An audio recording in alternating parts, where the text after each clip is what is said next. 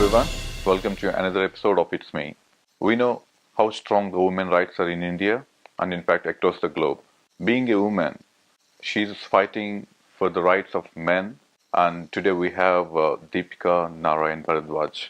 Hi Deepika, how are you? I'm absolutely fine, Shri. How are you? Good, thank you. So how are you finding Australia, and how is your promotion going on for the movie? It's a fantastic experience. It's been 2 weeks since I've been here in Australia now. We've had two screenings here so far, one at the Gold Coast and one in Melbourne. Brilliant response from both the screenings.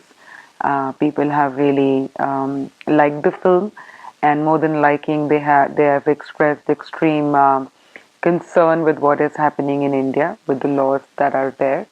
And a lot of people did not know that things like these are happening in India because these stories are often not brought in the limelight or brought in attention of a larger audience. So a lot of things were absolutely shocking to people here. But so far so good. It's been great. And next we are screening in Sydney now. So I came with an expectation of only one screening at the Gold Coast, which we did at the International Conference for Men on Men's Issues organized by AVFM.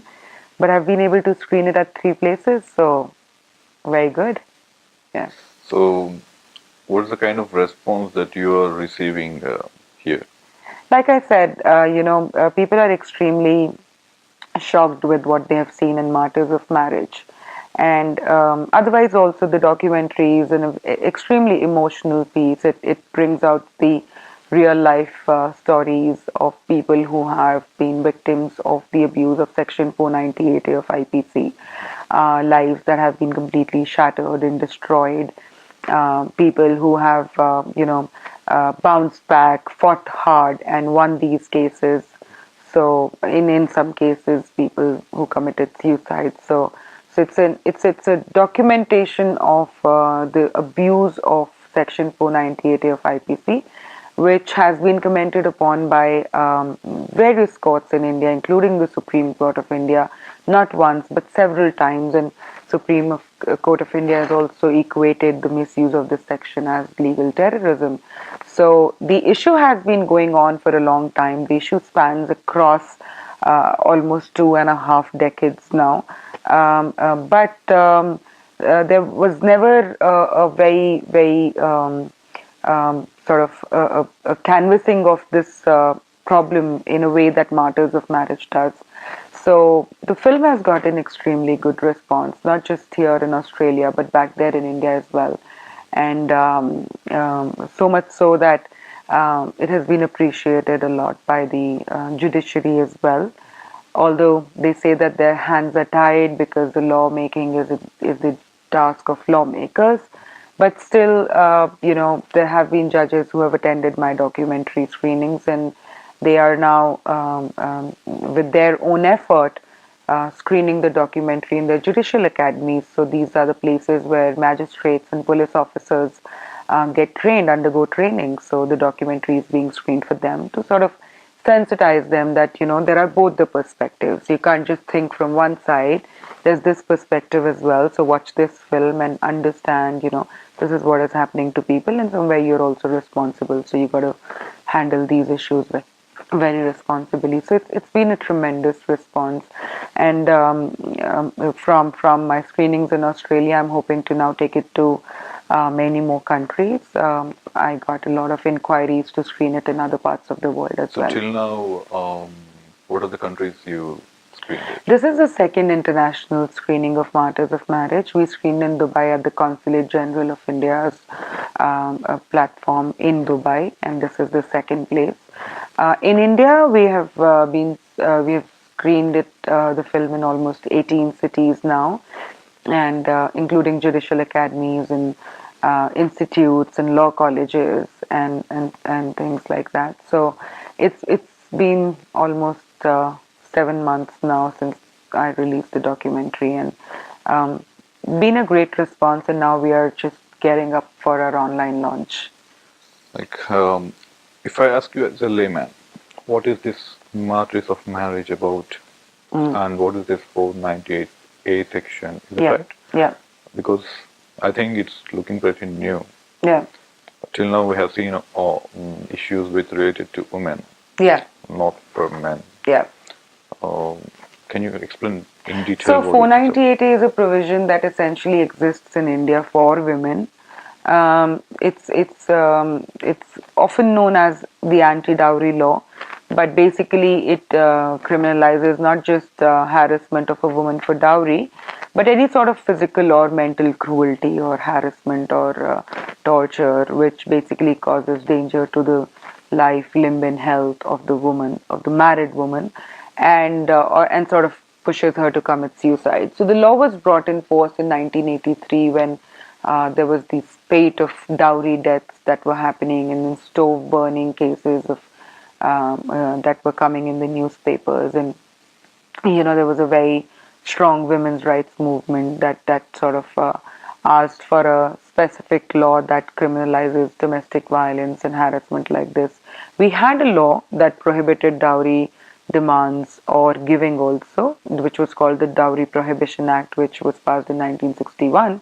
But it remained ineffective, remained a law on books. Dowry as a practice, as a gift taking, or anything you call it, the exchanges were happening, and it did not really, sort of control, if you may call it, the sort of practice that was increasingly becoming a part of the marriage. So they brought this law 498A in 1983, strengthened the Indian, sort of changed the Indian Evidence Act. Just very close to passing of this law, there was another law that came into force, which was the dowry death. So in that, the presumption of innocence was not there, as in you would be presumed guilty if the woman is found, if she commits suicide or dies an unnatural death. So these provisions were brought about 3 decades back, and in light of the certain environment and circumstances that we were in at that time. But soon after the passing of the law, not very long, there were instances of misuse that started coming in place, wherein, if you would ask me, so what is this misuse? The misuse would be, the marriage breaking down because of any reason apart from, dowry or domestic violence. Just like a girlfriend and a boyfriend would part ways because of X, Y, Z, or so many reasons. It is not essentially that the guy is asking for money, or the guy is violent, or it is always monetary or physical violence and stuff. Relationships break because of numerous reasons. So marriages can also break because of, and they do break because of numerous reasons. But what happens is, when the marriage is on this verge of a breakdown, or it is the couple are not getting along, there's a lot of dispute, there's a lot of fight, argument, battle, whatever you call it. These laws are now, so Section 498 basically serves as a one-stop law, which can be used in any situation to sort of make a better deal out of the breaking marriage. So no matter what the situation, or no matter what the reality of the marriage breakdown was, the woman would accuse the husband, and not just the husband, his father, mother, uncles, aunts, brothers, sisters, anybody she can name, and she would say they were asking for dowry, they were beating me up, and this is the kind of harassment that I've gone through. There are standard templates available back there in India, under which these complaints can be filed. So the documentary brings out all these perspectives on how the law is misused, why the law is misused, and is it so easy for somebody to misuse the law, and evidences where conversations between lawyers and their clients have been used in the documentary, where how these complaints are a template where the person would ask, write this, and the woman would claim this happened, whether that happened or did not happen, no evidence produced, and all of that. So in layman terms, it's a documentary that brings out the other side of the dowry and the domestic violence against women issue that we have always heard about, been concerned about, and extreme amount of activism and sort of work on women's rights has happened in India when it comes to dowry and domestic violence. But Martyrs of Marriage brings out the other side of this whole debate, as in how men and their families are being victimized because of this law, because of the abuse of this law, how several men have committed suicide because of the same, stating how this law abuse, was pushed them towards suicide, and sort of a plea to the lawmakers to demand for a change in the law, looking at the situation in which the law is currently. So when you see, you might have made so much of research regarding this when you're taking the documentary and all. Yeah. How much of percentage did you found that men are being, getting in this kind of situations? How much of percentage they are facing this kind of problem? Shri, what happens in India is, if I talk about statistics, then particularly about 498A, which I have discussed in the documentary, the conviction rate under this law is a mere 10 or 11%.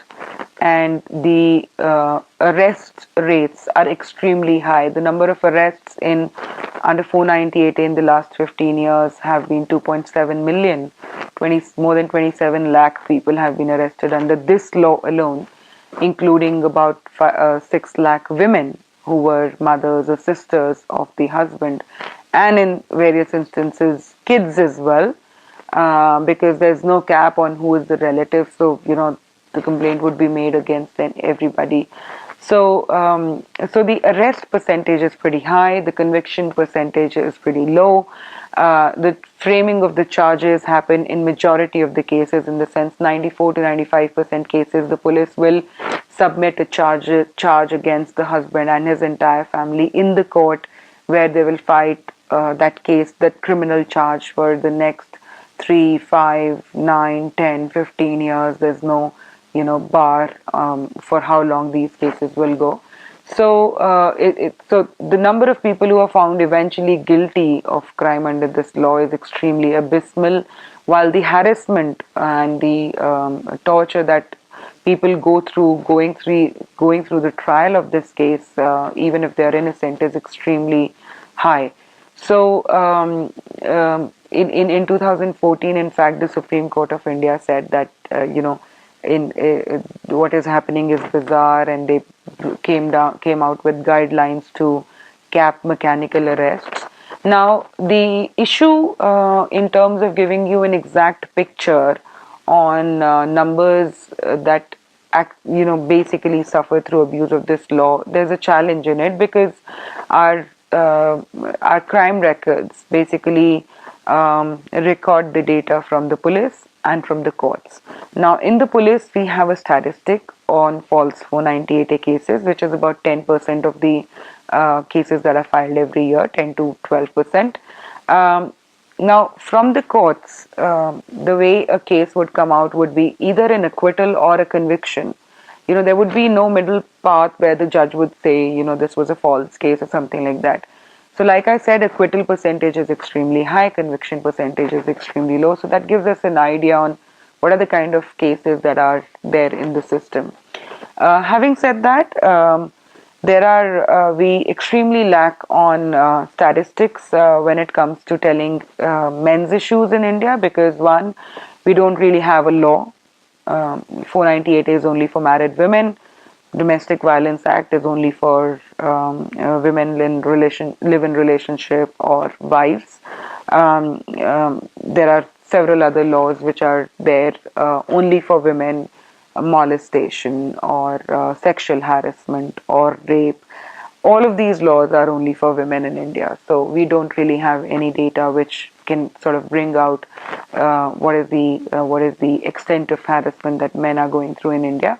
But there's something that gives us some insight into the problem, wherein the number of married men who commit suicide in India because of family problems is quite high and forms the majority of suicides by men in India. It varies from 20,000 to, over the years, there are about So family problems account for suicide by married men to about 22,000, 24,000. The overall number of men committing suicide in India is twice the number of women committing suicide. And but this is never an issue which is discussed by our lawmakers, by our parliamentarians. Uh, and of course there are no in-depth researches into uh,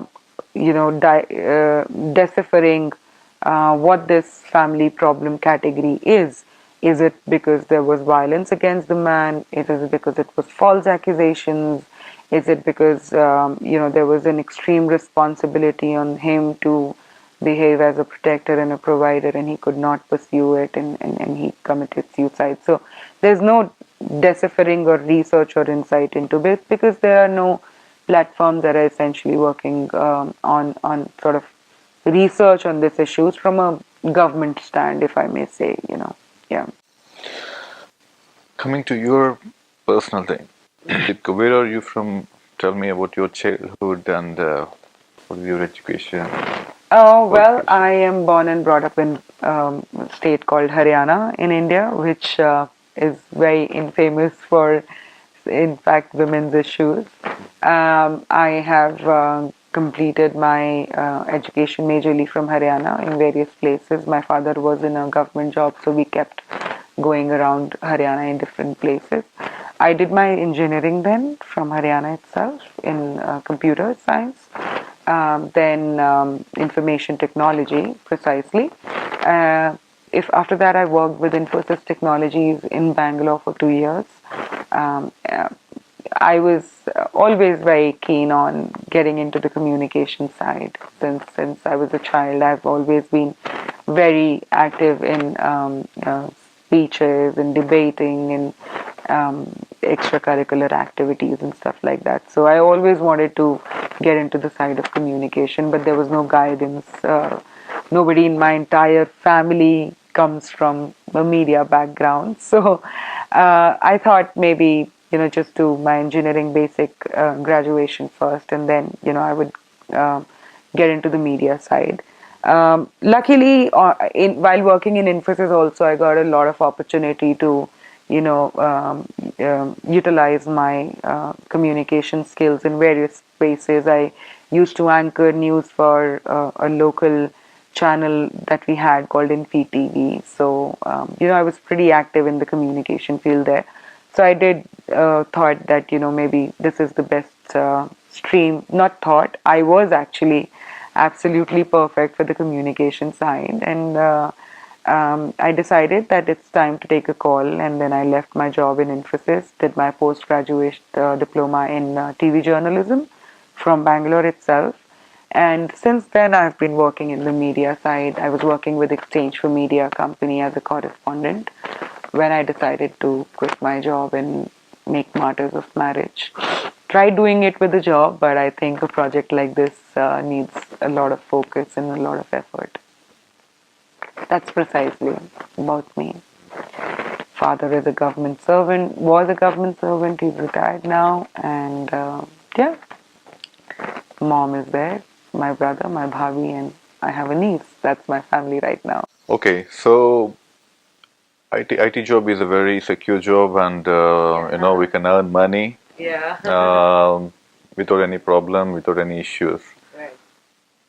But without having any personal issues or without seeing any personal references, you just can't come or think about this kind of documentaries, making of documentaries, or coming into this kind of taking these issues. So, being a woman, what made you to think and act against this kind of men's issues? I started doing this was that how extremely ignorant I was about this. As a journalist, I thought I knew about a lot of things in life, especially the um, social issues that exist in the society. As a journalist, you tend to, read more, understand more various issues that exist socially. But this was something that had never occurred to me, never, ever. Um, Even though when I started working on this project, when I look back, there were several instances that had happened around me where I saw a man at the receiving end of domestic violence, of abuse, of threats, of blackmail within the marriage or in relationship, dished, dumped, um, made to feel like a no one, you know, very sort of emotional sort of uh, harassment, if you may say, which we don't really recognize. So I was a bit taken aback with my own ignorance, with my own apathy, with my own absolute, being away from understanding what is happening in this space. When I came across the abuse of the law in my own personal life, is when I realized the extent of it, and when I met judges, lawyers, and I realized how serious the situation was, how extremely disgusting the situation was. I thought, as a person who is into storytelling, I should tell this to the world. It was no the When I started, it was nothing like a woman talking about men or a woman fighting about men's rights. I've never seen myself that way. All I wanted to do was to just present these stories, these human stories, which is a harsh reality which people don't want to accept. And when I started getting deeper into it, when I started, meeting more people, understanding the consequences or the entire space more, is when I realized that it is not just about law abuse. I mean, there are several issues that men face, which are not accepted first, not recognized second, and then not understood and not taken action on. So what can I do to sort of bring some attention into these issues? So the beginning point was just to tell that there's this law which has been made for which they say has been made for protection of women, and this is what is happening with it right now. So um, you got to take a look at both the things. You just can't ignore this and then keep on, talking about this side, because you got to, as if we are talking about justice, if we are talking about legal recourses to people, then you obviously got to look at anybody who is a victim of injustice, whether it's a woman, whether it's a man, whether it's a man's mother, sister, father, brother, anybody. All of us are citizens of this country, and all of us should have equal rights. You have a specific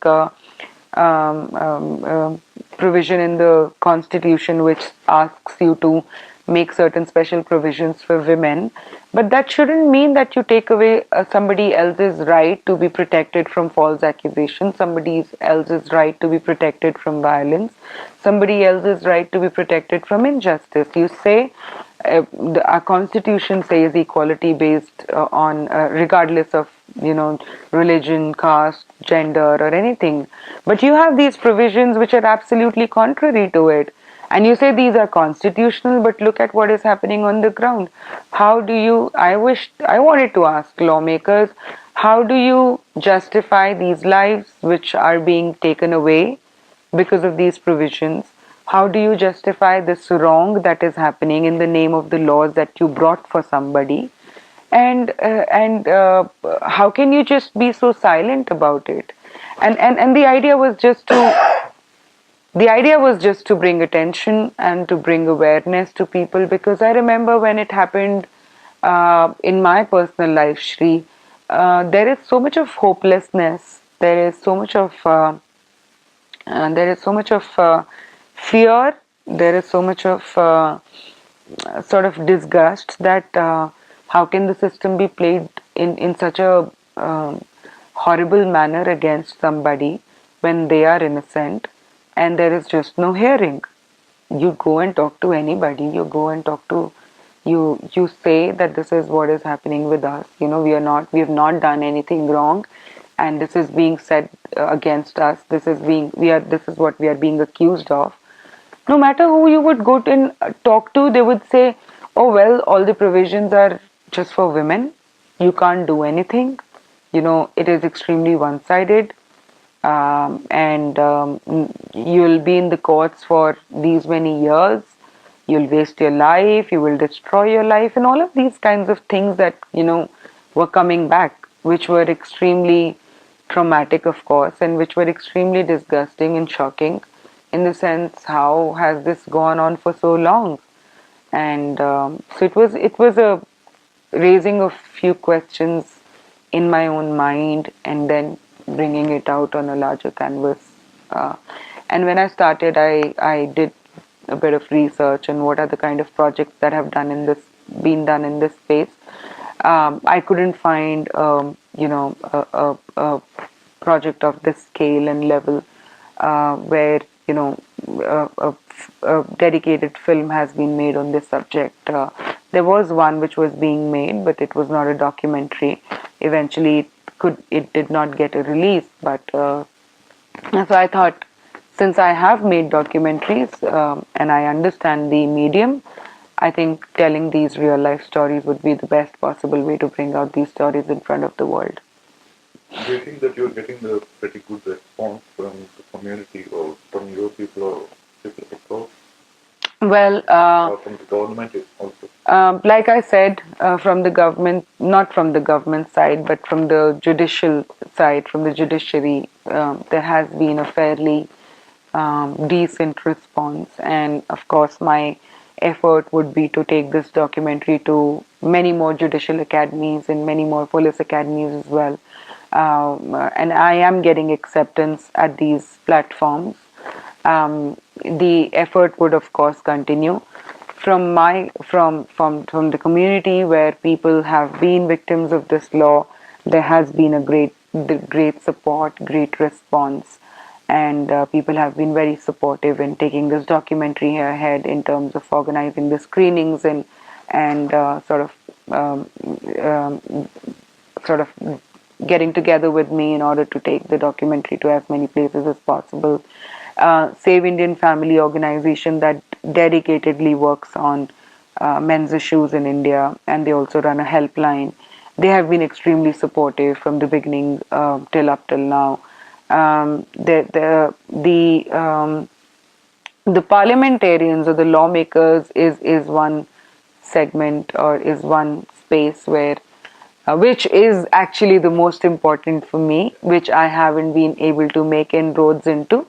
But like I said, the efforts are on, and it's a journey of this film, and I will certainly try, and I'm trying. The talks are on if this could be screened dedicatedly for the members of parliament. But like you would understand, if it would have been a women's documentary or a women's film, there would have been special screenings organized by the most, most influential feminists in India. But since this is a documentary on men, even though I've screened it for a few politicians and some people who have a say inside the government, they are skeptical, because they just don't want to disturb the the narrative and the political correct space of this entire gender debate.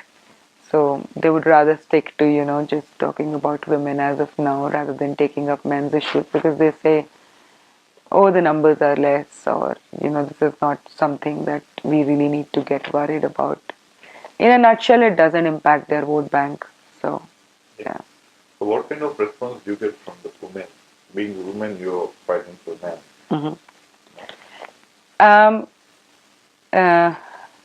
Anybody who is an emotional person, anybody who cares about fair justice to all. Anybody who cares about a human being not being subjected to harassment and torture without any mistake would understand what I'm doing, whether it's a man or a woman or anybody. They understand. So there have been several and more women who have been extremely supportive, extremely encouraging. Men have been, of course, not all, but majority. Of course, there are a lot of men who are staunchly, towards women's rights and issues, and they dismiss this. But yes, there are some women who have been very abusive and very dismissive and very belittling of my effort. But I have the support is overshadows that any day, Shri, and I think I've been very lucky to get a support like that from people across genders, and it doesn't matter on anything at all. From across India, from in fact across world, there are people who have reached out to me in the last while I was making the documentary as well, that you're doing an extremely nice job. This was a much needed film. You are touching the raw nerves through a very emotionally moving piece. And so yes, in fact, in Australia, yesterday a woman reached out to me after watching my interview on SBS, and she said she would love to contribute in this space and do something about this. She's a writer. And so it's been great. It's not been very hostile. It's been quite nice. Yeah. Yeah, I see most with all the documentaries, and you might be busy. What do you do in your leisure times? um, if I have leisure times, actually, this space is so engrossing, and then you sort of you're every moment you're trying to bring attention to some story, some ridiculous thing that happened with a man or his family, some brutal crime, some thing that would not come in the mainstream media, but you would get to know about the story, and you would want to tell that to people. And I receive enormous number of messages and emails and communication, so most of my time goes in there. Whenever I have free time, I love spending it with my family. I've got a 2.5-year-old niece. She's the angel of our lives right now, of my entire family. I'm not married, so I stay with my parents and try and spend time whatever I get with them. Apart from that, I love dancing, and I try and enjoy myself doing that sometimes whenever I can. It was a tough call leaving the job and then just venturing in a space where you just don't know what is going to happen. But I think it was just a calling. It was a calling, and it was not a calling that came out of anger or revenge or anything like that. It was a calling that came from a very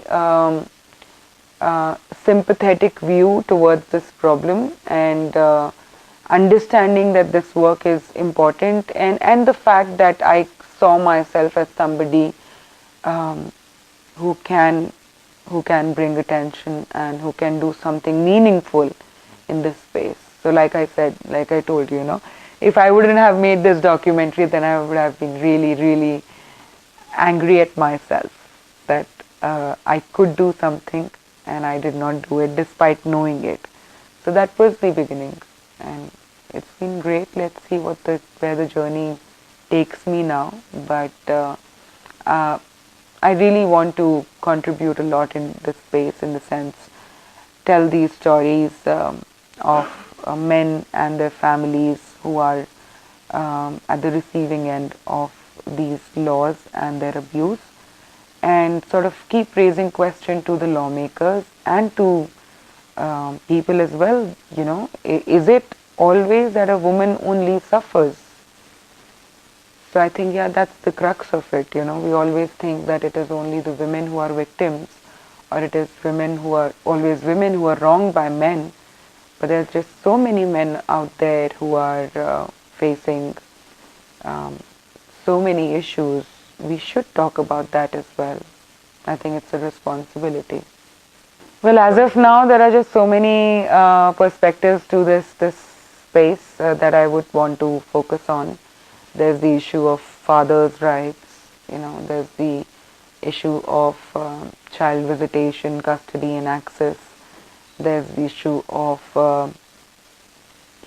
late what we are seeing happening um, increasingly in India is these rape accusations, which are extremely strange, and rape on false promise of marriage, where a couple would break up after 3 or 4 years of relationship, and even though they never decided to get married or something, they were just in an affair, and if the boy would take a decision to call off the relationship, then the woman would just go and file a rape case on him, saying he raped me on false promise of marriage.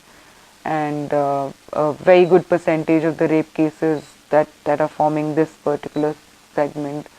And it's kind of bizarre, a lot of lives that are being destroyed because of false rape accusations. So basically bringing out these stories where the reality is not what people think it is, and telling people that you got to look at both sides. You got to investigate a case before you hold the man guilty. You got to have, you can't do media trials and then just, ruin the entire space for this person who has been accused, who may not be guilty. So these are the stories that do not basically bringing out these cases where which are presented in a different way in media, or not covered in media, and bringing them to the light. But yeah, essentially sticking to the space for some time. Both the happiest and the saddest are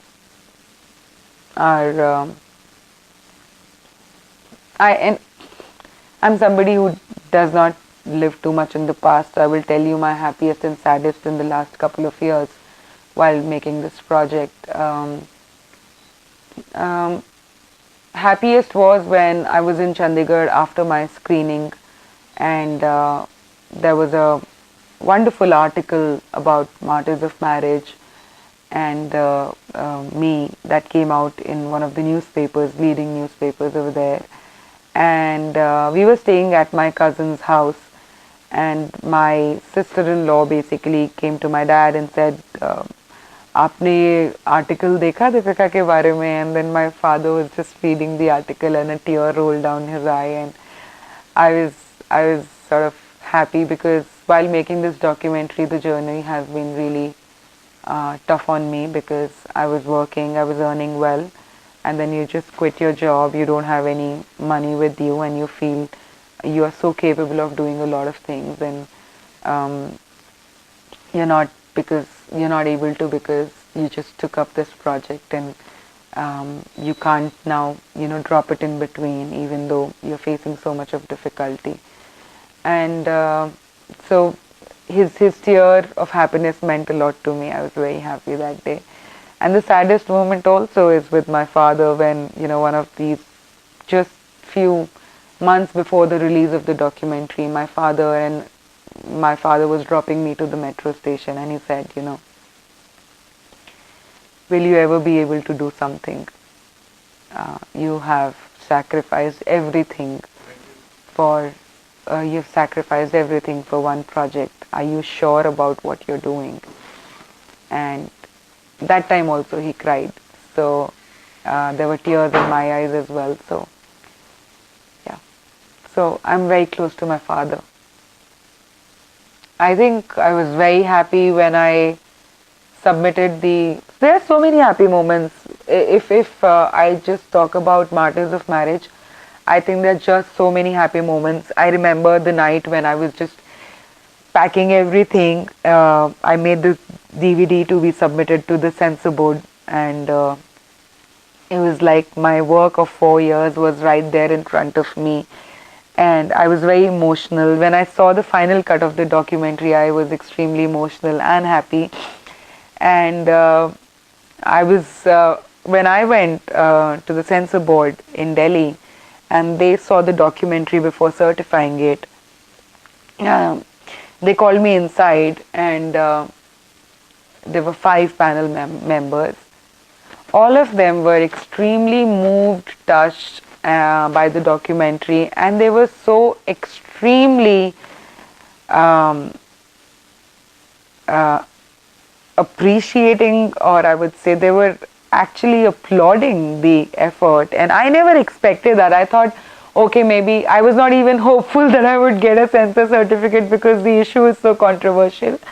And when they were all sitting in front of me and they were like, you know, what a wonderful job you have done, what a wonderful film you have made, I was like, okay, this is unexpected. And I said, thank you so much. And I was very, very happy. I did not expect that to happen. And of course, after that, you know, people who are part of the documentary who came, one of the cases that I discuss in my documentary is that of Makhdoom.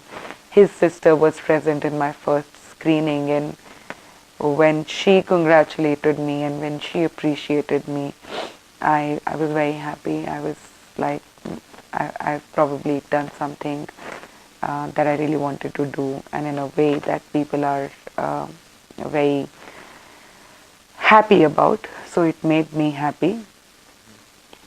Yeah. Apart from that, you know, when Gungun was born, my niece, that was one of the happiest moments in my life. It was just surreal. And yeah, I think I just live my life, Shri, the way it comes. And after what I've gone through personally, I think I don't think too much now. It's just futile. I do get disturbed about a lot of things. I do feel happy about a lot of things, but then it's normal life again. So like I said, I take life very, you know, in present as of now. Not too many concrete plans, to be very honest. I've spent 4 years of my life making this film, so I would ensure that I do everything possible to take it to as many people as possible. And so I have at least to 2017, I, you know, looks like will go on the film, on the project again, in terms of ensuring its wider release and taking it out to people. After this, there are a lot of things in my mind. Like I said, essentially in this space, there are several people who have come to me and said that they really want me to make a documentary on the issues that fathers are facing in terms of child custody, visitation and all of that. I'm very keen to research on that and bring out a film on that. Also thinking of doing something on web, you know, a series kind of thing where I can go and interview people who have fought their battles, who have gone through this kind of issue in their life, problem in their life, and then bring their stories to people. So these are the immediate thoughts. Let's see which one materializes.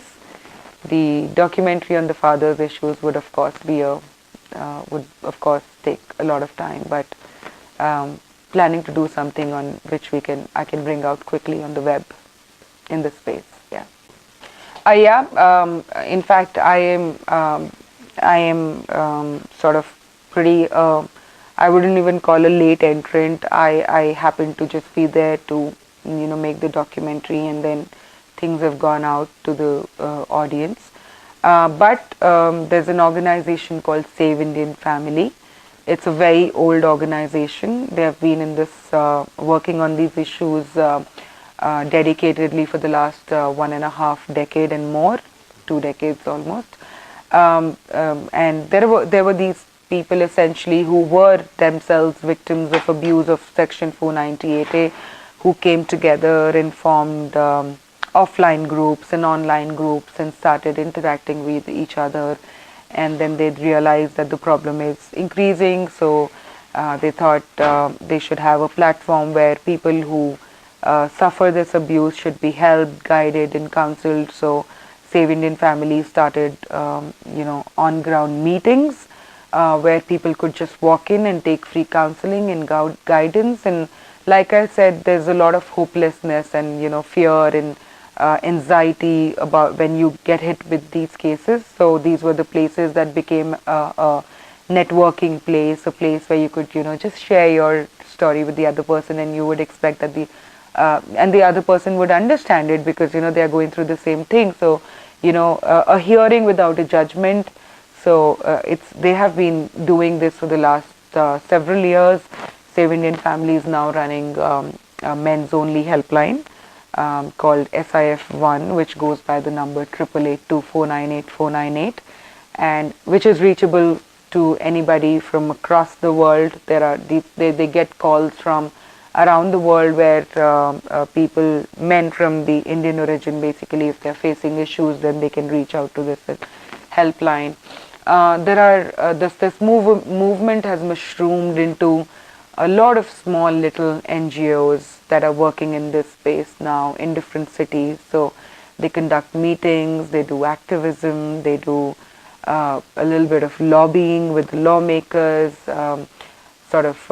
protesting against any provisions that are discriminatory or one-sided and all of that. And some of these people are a part of my documentary as well. Though the documentary doesn't talk too much about the movement as such. It focuses only on the law abuse.